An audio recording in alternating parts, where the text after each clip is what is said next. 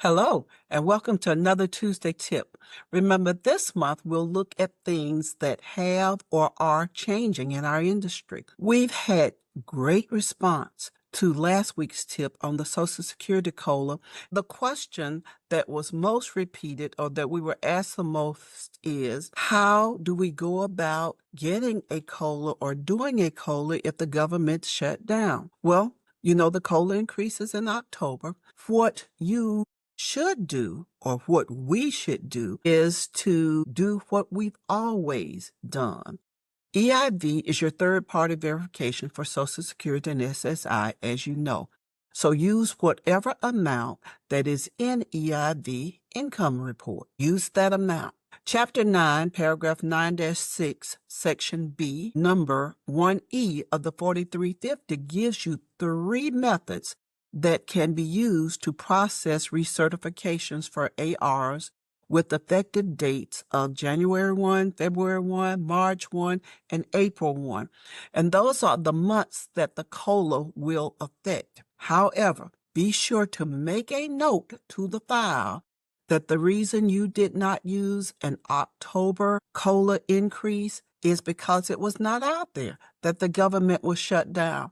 You want to do this for your cyber awareness. If it's time for you to do your cyber awareness training, you want to do this for the EIV reports that you have to pull, make a note to the file so that the reviewer that comes out for an MOR or even HUD will know why your documentation wasn't on time. And so from that, you should be okay. If you're conducting a move-in, make a note to the file that you used the verification that the applicant bought you because you could not use or get anything else. Make a note to the file. To sum it all up, whatever you do to make your figures or to get your figures, you want to make sure that you make a note to the file as to why you did what you did. And it explains it to the reviewer, to HUD, and to anyone else.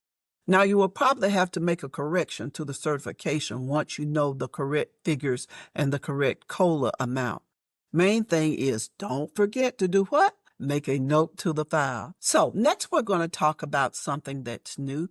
We have new VAWA forms that are out. This is something else that has changed. The forms are a lot better, I think. Prior to the government shutdown, we had confirmation from HUD, Office of Multifamily Housing, that properties should begin using the newly updated VAWA forms.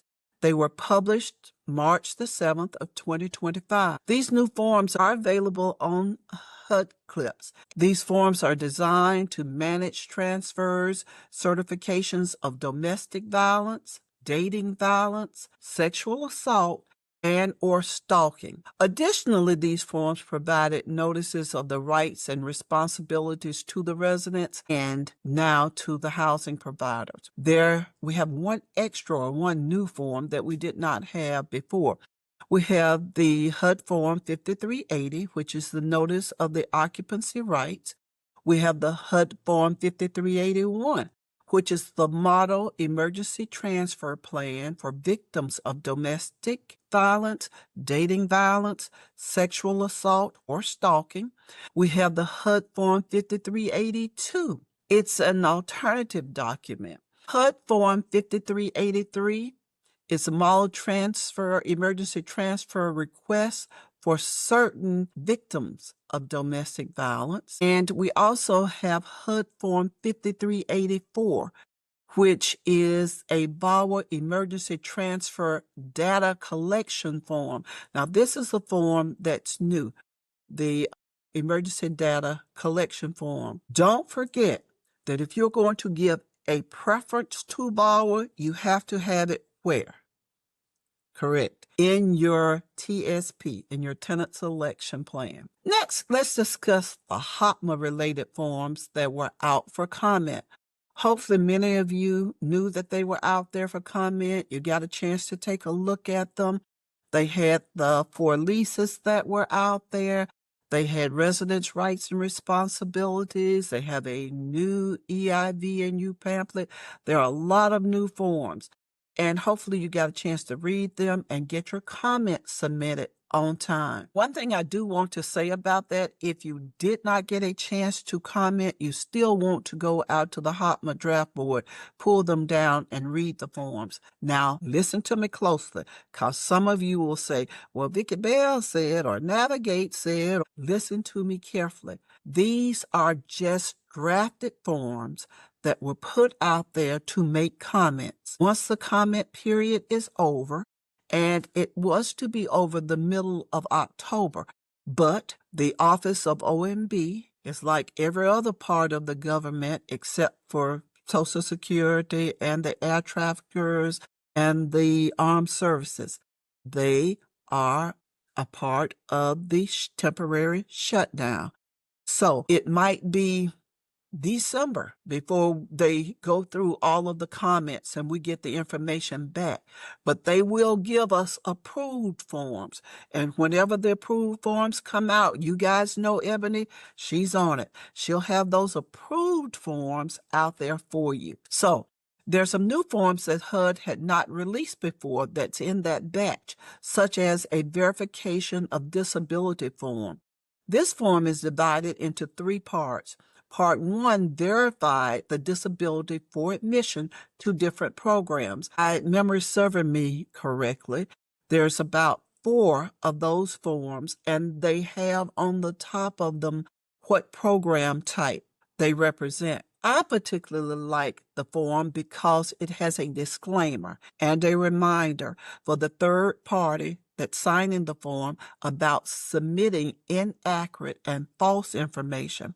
And it reminds them of the penalty for that type of action. I was in Ohio at a training, and the manager said that she had tried like 4 or 5 times to get the doctor to sign the proof of disability form for her resident, and the doctor never would. So it might have been the resident pressing the doctor, because it happens. If you don't sign these forms for me, I'm going to find another doctor. I don't know. But I do know now HUD has put the disclaimer on the form, and they have created a form for us to send to the individual that's going to sign on behalf of the resident or the applicant about the disability. So many of you had made up your own forms, borrowed forms. Some of you didn't even use forms, but now HUD has a form, and hopefully you get a chance to read that form. There's also a form that's called a request for exception to limitations on admissions of families with incomes above 50% of the area median income. This one is very, very new to us because, usually we use 30% of the median income. But there are some properties now, especially since we have so many tax credit properties, that are having trouble filling their vacancies. So HUD, if you use this form, will agree to let it go up to 50% of the area median income. That's a good form for you to look at and make yourself familiar with if you're having those type of problems. We have a new move in and move out form, and it didn't really change much. It does have the reporting, the public reporting burden on it. Remember though that you can't just have a blank move-in form. If there's a bedroom or window and whatever it's asking you, make sure that you put a check or NA. It just can't be left blank, because the reviewer cannot tell what condition the form was at move-in or move out if it's just left blank. There's also a proposed instruction booklet out there.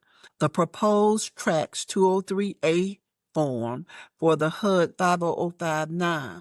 It's a lot. The only thing wrong is it tells you about the new changes that will be affected and mainly due to HOTMA, but the form has to be accompanied by a MAC guide. So we have the instructions, on how we're to fill out the 5.9 for 203A, but they have not put a MAT guide out there yet.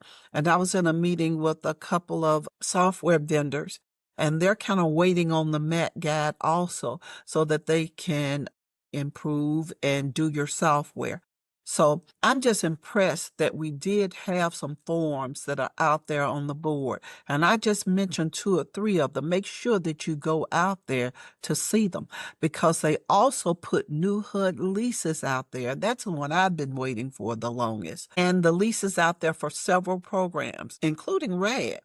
If you didn't or don't read anything else, read the proposed leases. Hopefully you've already read them and made a comment, because there are some comments about things that are missing out of them or things that need to be added to them. Reading and catching up on all of today's tips, along with 1,000 of other things that you must do and that you should do, I'm sure will keep you busy until we meet again next week for another Tuesday tip.